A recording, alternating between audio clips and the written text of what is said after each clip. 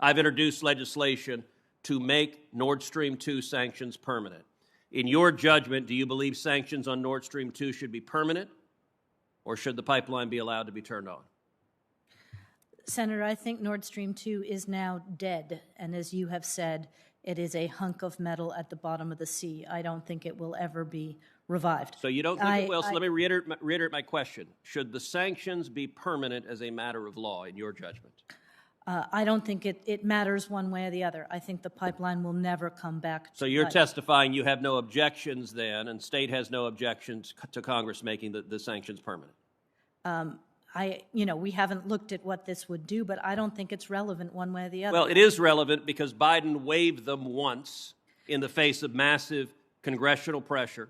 Senator, and put politics ahead of national security, and I believe Putin believes Biden will do it again.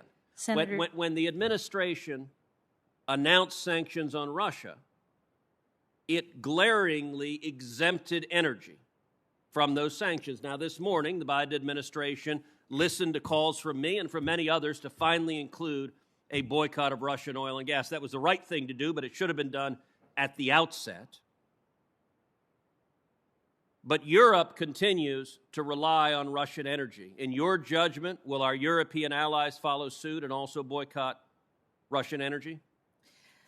As you have made clear, Senator, and as we all know, the Europeans have a much higher level of dependence today to heat their homes, to keep the lights on. Is the Biden administration pressing the Europeans to end their reliance on Russia? And is the Biden administration pressing them to rely on alternative sources, including American energy, which is abundant and doesn't fuel a dictator like Putin?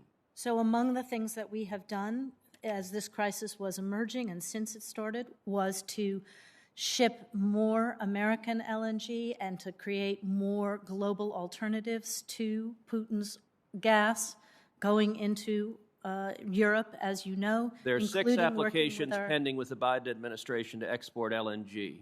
None of them have been approved. Do you have any expectations that any of them will be? So the European LNG terminals right now are at full capacity to receive. Okay, you're not answering the question. One of the things that we are pressing Europe. Are you going to answer the question? Can I try to You can answer the question.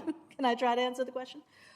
We have taken advantage of this tragedy to again speak to Europe about its over-reliance on Russian energy. The question was simple. Do you anticipate the applications to export LNG will be approved? You're not answering that question. I frankly don't do LNG licensing. I expect that licenses will be approved for as much LNG as can be shipped. That's what I expect. But I don't, have responsibility for that, so I don't actually know how it works. But, Senator, I have to say to you, President Putin was going to launch this vicious, brutal war with or without Nord Stream 2. That's not what Zelensky told us. That is my opinion. That's also not what you said when you testified before this committee. Time of the senator has expired. Senator Merkley.